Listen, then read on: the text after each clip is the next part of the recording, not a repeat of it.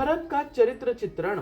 श्री मैत्रेय कहने लगे, हे भगवान, वह सब तो आप मुझको बतला चुके हैं, किंतु अब मेरी इच्छा भरत का चरित्र सुनने की है, अतः वह मुझसे कहिए। कहा जाता है, लगातार योग युक्त होकर राजा भरत विष्णु में मन लगाकर शालिग्राम क्षेत्र में वास करते हैं।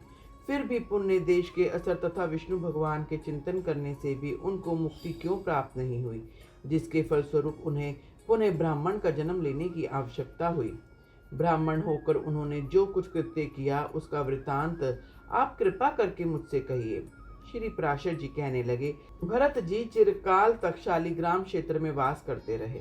राजा भरत लगातार भगवान के नामों को ही उच्चारित किया करते थे। स्वप्न में भी भगवान नाम के अतिरिक्त उन्हें कुछ दृष्टि गोचर नहीं होता था। एक दिन वे नदी पर स्नान करने के प्रयोजन से गए, तभी जल्दी बच्चा जनने वाली प्यासी हिरनी वहां आ गई। जब जल पी चुकी थी तभी शेर की दहाड़ सुनाई पड़ी, जिससे वह डरकर नदी के किनारे पर उछलकर चढ़ गई।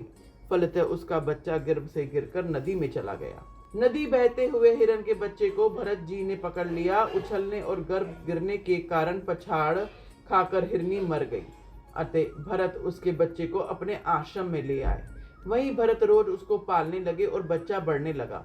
वह आश्रम के पास घास चरता रहता, कभी जंगल में जाकर शेर के डर से वापस आ जाता, और वह कभी पास जाता और कभी कभी जंगल में चला जाता।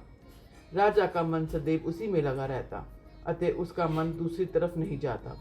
जिस भरत ने अपना समस्त राज्य, पुत्र और बंधु बांधवों को त्याग दिया था, उसका मन हिरनी के बच्चे में ही रहने लगा। यदि शाम को बच्चे को जंगल से वापस आने में विलंब हो जाता तो वह मन ही मन सोचने उठ लगता कि उसको कोई भेड़िया तो नहीं भक्षण कर गया, किसी शेर ने तो उसे नहीं मार डाला, न जाने कहाँ होगा। जब बच्चा जंगल से लौटकर आ जाता तो उसका मुख कमल खिल उठता। इसी तरह उसी में लगे रहने से भरत की समाधि टूट गई।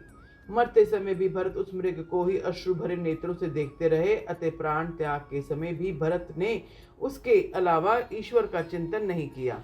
उस समय की दृढ़ भावना के कारण राजा भरत जम्बू मार्ग में घनघोर जंगल में अपने पहले जन्म की स्मृति के कारण हिरण बना और अपने माता को त्याग कर पुनः शालिग्राम क्षेत्र में आकर निवास करने लगा। वहीं सूखे पत्ते तृण खाकर उसने प्राण त्याग किया। उस देह को त्याग कर उसने योगियों के पावन वंश में ब्राह्मण रूप में जन्म लिया। तब भी उसको अपने पहले जन्म का स्मरण बना रहा। वह संपूर्ण शास्त्रों का ज्ञाता था और वह अपनी आत्मा को प्रकृति से परे रखा करता था। उपनयन संस्कार हो जाने पर वह गुरु के पढ़ाए जाने पर भी वेद पाठ नहीं करता था और ना किसी दूसरे कार्य की ओर ध्यान देता, ना कोई दूसरा शास्त्र पढ़ता। वह सदा अपने नगरवासियों से तिरस्कृत होता रहता था। जो योगी अन्य मनुष्यों द्वारा अपमानित किया जाता है वह जल्दी ही सिद्धि प्राप्त कर लिया करता है। अतः जो योगी सिद्धि प्राप्त करना चाहे उसको सन्मार्ग को दूषित ना करके ऐसा व्यवहार करना उचित है, जिसके कारण लोग उसको अपमानित करने लग जाएं और उसकी संगति से दूर हो जाएं। हिरण्यगर्भ के इस वचन को याद करते हुए वह लोगों की दृष्टि में ऐसा प्रमाणित करने लगा। इसको शाक धान जंगली फल जो कुछ मिल जाता उसी को खाकर संतोष कर लेता। उसके पिता के शांत हो जाने के बाद उसके बंधुजन आदि उसे सड़ा गला भोजन देकर अपने कार्य पर निकल जाते। एक दिन महात्मा सोवीराज कहीं जा रहे थे। राजा ने सेवकों से उन्हें बेगार के लिए पकड़ लिया। भरत जी भी अन्य बेगारियों से मिलकर पालकी को वहन करने लगे।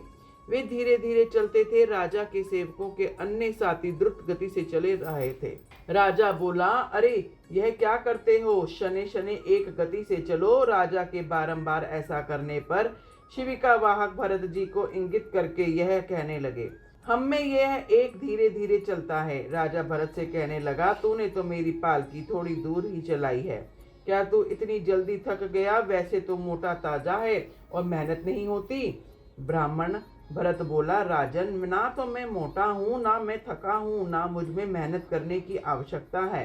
राजा ने पालकी से उतरकर ब्राह्मण के चरण पकड़ लिए और बोले, कृपया बतलाएं कि आप कौन हैं। ब्राह्मण कहने लगे, राजन, मैं कौन हूँ यह नहीं कहा जा सकता, और आपने मेरे यहाँ आने का कारण जानना चाहा, सो आना जाना कर्म फल के अनुसार लगता है। सुख दुखों को भोगने के लिए देह धारण की जाती है, फिर मेरे आने का कारण क्यों पूछ रहे हो? राजा बोला, आपने सब सत्य कहा, किंतु आपने अभी कहा कि मैं कौन हूँ यह नहीं कहा जा सकता। इसी बात को मैं सुनने की इच्छा रखता हूँ। अहम शब्द तो आत्मा में किसी तरह के दोष का कारण नहीं हुआ करता। ब्राह्मण बोले, हे राजन, तुमने अहम के संबंध में कहा सो ठीक हो सकता है, किंतु अनात्मा में ही आत्मत्व का ज्ञान कराने वाले भ्रांति मूलक अहम शब्द दोष का कारण हुआ करते हैं। जब संपूर्ण देह में एक ही आत्मा है तो तुम कौन हो, मैं कौन हूँ, यह सब बातें व्यर्थ हैं। तुम राजा हो, यह पालकी है, ये सामने पालकी ले जाने वाले खड़े हैं और ये संपूर्ण तेरी जनता है। हे राजन, इसमें कोई भी बात सच नहीं है।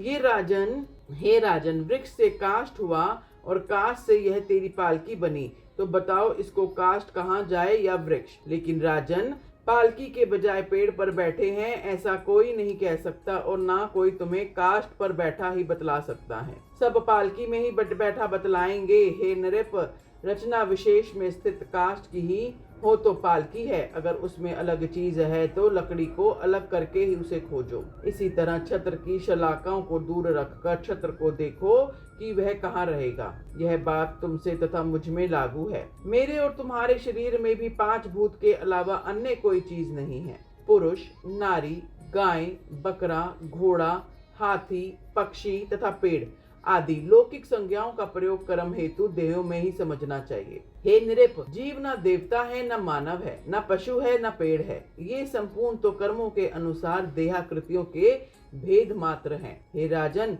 लोक में राज्य सैनिक तथा भी जो वस्तुएं हैं वे सत्य नहीं है, सिर्फ कल्पनामय हैं। यही परमार्थ वस्तु है जिसकी एक परिमाण आदि के कारण से होने वाली संज्ञा कालांतर में नहीं हुआ करती। हे राजन, ऐसी वस्तु कौन सी है? हे राजन, तू स्वयं को ही निरख। अपनी प्रजा के लिए तो नृप है, पुत्र के लिए पिता और पिता के लिए पुत्र है।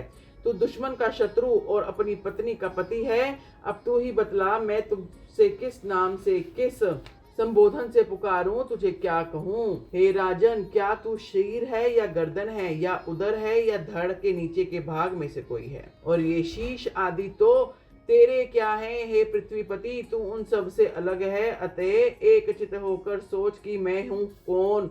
हे राजन, इस प्रकार व्यवस्थित है आत्म तत्व आपको उसको सबको अलग करके ही बतलाया जा सकता है, तो फिर मैं उसको अहम शब्द से किस प्रकार बता सकता हूँ? बोलो ओम श्री विष्णु प्रियाय नमः। ओम श्री विष्णु प्रियाय नमः।